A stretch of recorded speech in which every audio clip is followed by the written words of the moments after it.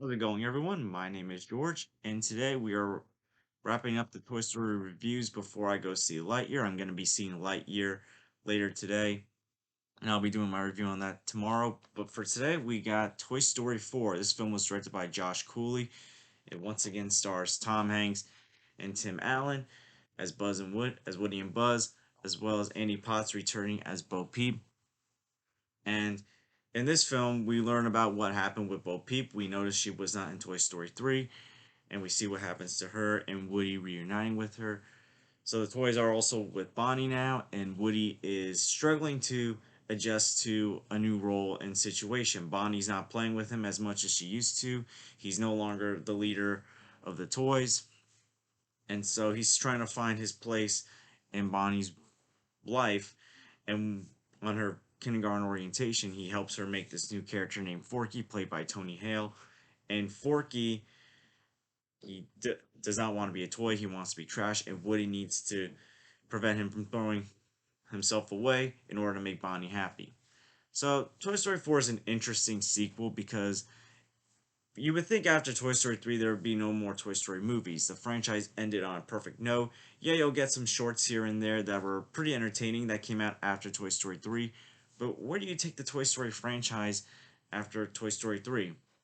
That's not like a bunch of shorts and maybe like a television series. So Toy Story 4 comes out, and yeah, some people still think that this film was kind of unnecessary. Some people are not happy with some of the decisions that the film made, particularly with how Bonnie started to not play with Woody anymore, especially after she promised Andy she would take care of Woody. But you also have to think that's kind of normal for a kid to move on from certain toys. Toys like they stop playing with certain toys. And while Woody might have been her favorite at one point, sometimes that toy loses favor, especially when she got all the other toys from Andy and still has her own toys that she loves and cares about. And I also love that this is kind of a character study of Woody because Woody's struggling to find his place. And it kind of gives a new definition of what a lost toy is. A lost toy isn't just a toy with no owner, it could be a toy that doesn't know what his new role is, what his new place is in a new scenario, and that's basically Woody in this film.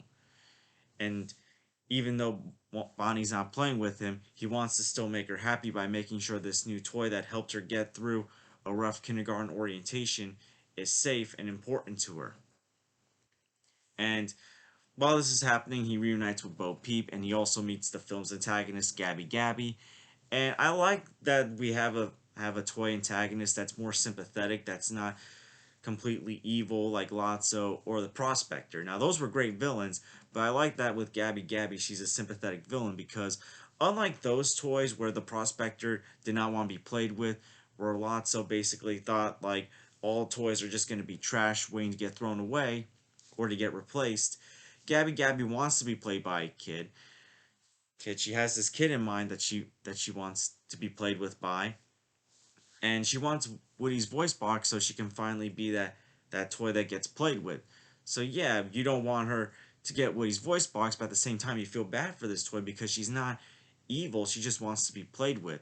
Her ventriloquist dummies, which remind me of the dummies from Goosebumps. I think that was the inspiration. Are pretty scary. I like that this Toy Story film has a bit of a horror vibe.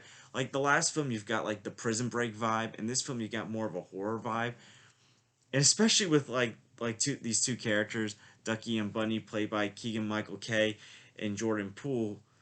You've got like that scene where like they want to pull a Sid and like come to life and terrorize this old lady. And Ducky and Bunny are great comedic relief. They're great characters to be introduced in this film. You also have Duke Kaboom, voiced by Keanu Reeves, who's also very cool. You got some really cool new characters in this film. It's great to see Peep come back as well and see her in a much bigger role in this film. Annie Potts still does a great job voicing her. Tom Hanks and Tim Allen are still great voicing Buzz and Woody and Buzz. And I just like also how this film kind of shows the difference between Andy and Bonnie for at least Woody. Woody shares like how much he meant to Andy, how he was Andy's favorite toy, how he was the leader of his room. And you also see in the flashback sequence where you see Bo Peep get sold, when Woody's considering going with Bo Peep, he chooses to stay because he sees how much Andy still needs him. Andy's looking for him.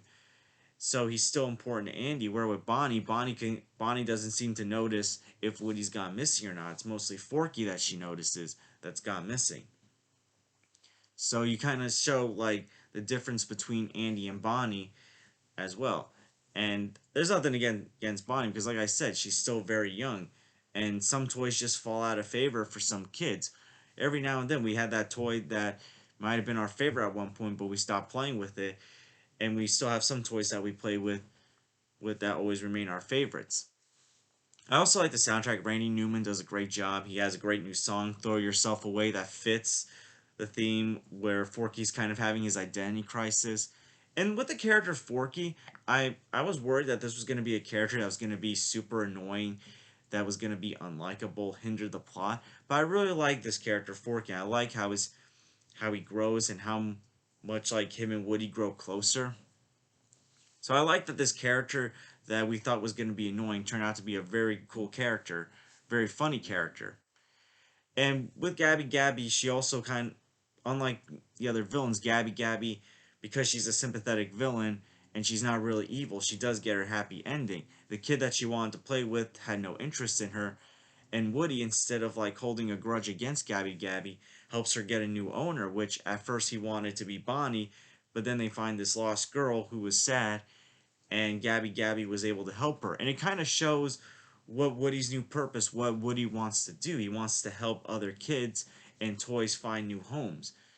And I love that this is a film that shows like it's okay to move on. It's okay to find the next new role in your life, the next new job in your life. And I thought the film took a great risk in having Woody decide to stay with Bo Peep, and how Buzz helps him realize that Bonnie's gonna be okay. Have your happy ending. You deserve it after everything. Yeah, we're gonna miss you essentially, but you deserve this. And we thought Toy Story 3 had a very emotional ending. Toy Story 4 continues those emotional endings. The one thing that I will say that kind of bugged me a little bit was kind of how Buzz at times seemed like he was doubting himself and was listening to his inner voice after Woody told him about the inner voice. Because this is a toy that in the last two Toy Story movies, Toy Story 2 and 3, showed that he's a capable leader that doesn't need his voice box to like tell him what to do. Like this is the same toy that led some of the other toys to go rescue Woody from Al. This is the same toy that that was negotiating a way, trying to negotiate a way to get him and the other toys into a different room because the caterpillar room, the toys were getting very mistreated in Toy Story 3. Like this is like Buzz has shown he's a capable leader, that he doesn't need to like doubt himself all the time. But in this film, it seems like he's doubting himself more. And yeah, he's still great in this film.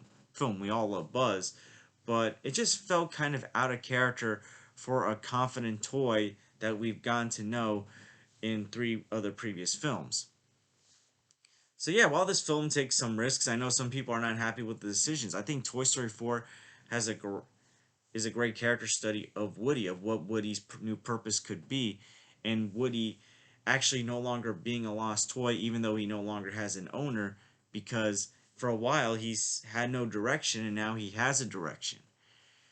And while this, you can say this ending has ended things perfectly for the Toy Story movies, I feel like it also kind of leaves the door open a little bit. I feel like that's what every Toy Story movie does. They find a way to end it where if this is the final movie, it's the final movie, but they still kind of leave the door open for other possibilities. And maybe a Toy Story 5 down the road if they ever plan on doing it, or maybe like a spin-off, because I think what Pixar's doing now is, since they're going back to their more original roots with Pixar movies, doing more original Pixar content with the films, the sequels, the spin-offs are mostly going to be Disney Plus shows, so maybe they'll do like a Disney Plus show down the road. I know they got a show with Forky that I have yet to see. I do want to watch it. Maybe they'll do something down the road. Who knows? I don't think they got any plans for any sequels anytime soon. So if this is the ending, I think they ended it on a fine note. And Toy Story 4 is not the best Toy Story film, but to me, it's also not the worst. I know for some people it'll be the worst, but it's not the worst for me. It's really hard to like say what's the best or worst for Toy Story movies because, in my opinion, all four of them are fantastic films. Yeah, I think Toy Story and Toy Story 3 are the best too, but Toy Story 2 and Toy Story 4 I still think are phenomenal films. So it's kind of really hard to rank because everyone's got a different opinion. I know some people will say Toy Story 2 is their favorite or Toy Story 3. So it's really based on opinion with these films. But I'm going to give Toy Story 4 an A. I have a lot of fun with this film, and this is one of the best films still to come out from Pixar. One of the best Pixar sequels, I meant to say, that came out of Pixar. Pixar sequels can still be great, but I know, like, I feel like the Toy Story sequels have been the best when it comes to the Pixar sequels. But yeah, what do you guys think of Toy Story 4? Do you love it? Do you hate it? What's your favorite and least favorite Pixar film? For me, my favorite is the first Toy Story, and my least favorite is Toy Story 2, but I still love that movie. Comment below and let me know, and I want to thank you guys for watching. Please like and subscribe already if you haven't. Please share this with someone that loves the Toy Story films, that enjoys the Toy Story movies, and also Pixar movies. I hope to see you guys real soon. I'll be reviewing Lightyear tomorrow. Take care, everyone.